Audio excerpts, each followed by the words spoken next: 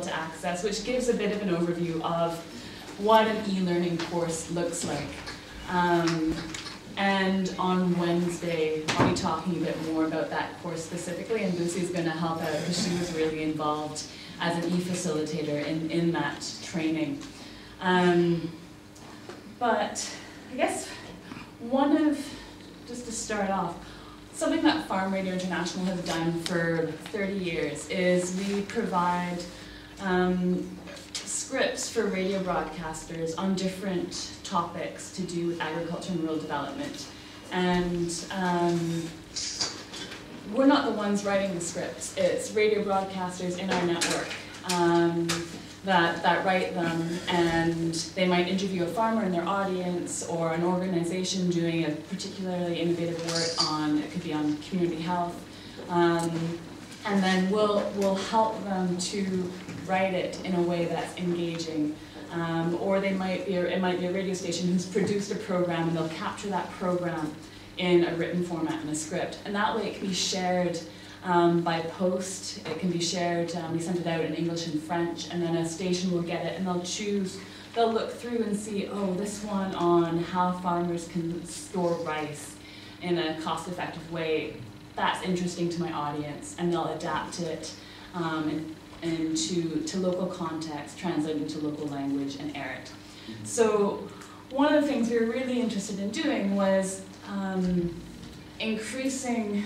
sort of opening up and increasing the radio stations that we networked with, and that we could increase sort of the script pool and focus on also helping them to develop programs on specific topics. And so we launched, back in 2005, we had a script writing competition on the Millennium Development Goals, and opened it up to any radio station to participate in, to write a radio script on the MDGs. And we provided some information that went out in our newsletter that we send out with the scripts about the competition and about the MDGs.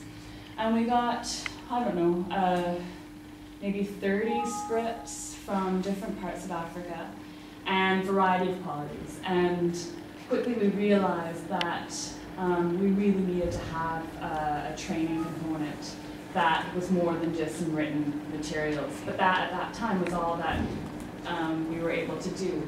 And it was actually at the PCF 5 meeting in London that my director met an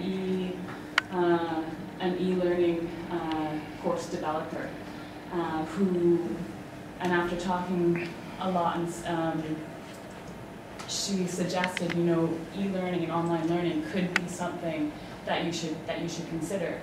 And so then we talked with Ian, and we weren't sure if it was going to work. We knew a lot more radio stations that we were working with had internet access, but as far as whether or not this is something that would interest people in taking like a several-week course, we weren't sure. And so we decided to test it out and see, and we were blown away with the response. We learned a lot too the first time. It was on smallholder farmer innovation, and it was encouraging broadcasters to go and interview farmers in their areas and find out topics of relevance, find out innovative farmers who are doing coming up with creative solutions to farming issues in their areas, and then telling that story. And through that, we then decided to do another one on healthy communities. And we went back and sort of improved the modules, and we then had the one on healthy communities, and there were around 400 broadcasters and community developers and students in communication who signed up to participate. Of those, I'd say around 50% were actually active participants in the course. And then of those, at the end of the course, people submitted a script that was then evaluated by a panel of judges. And out of the winners, there were 10 winners selected. 90% were people who had actively participated in the course. So it really sort of translated into, if you did the course and participated in the activities, then it really was able to improve the quality of your work. So the other thing too is, we were able to, many of the people who took the e-learning had never taken a course online before. And so that didn't end up being a barrier. It ended up being work, as Lucy will mention on Wednesday, and sort of talking about the role of e-facilitation and how important that is. But people didn't have to stop their jobs. They could work during the day, or and then find time when it suited them to participate. It didn't have to be, they didn't have to be online at the same time. It was asynchronous.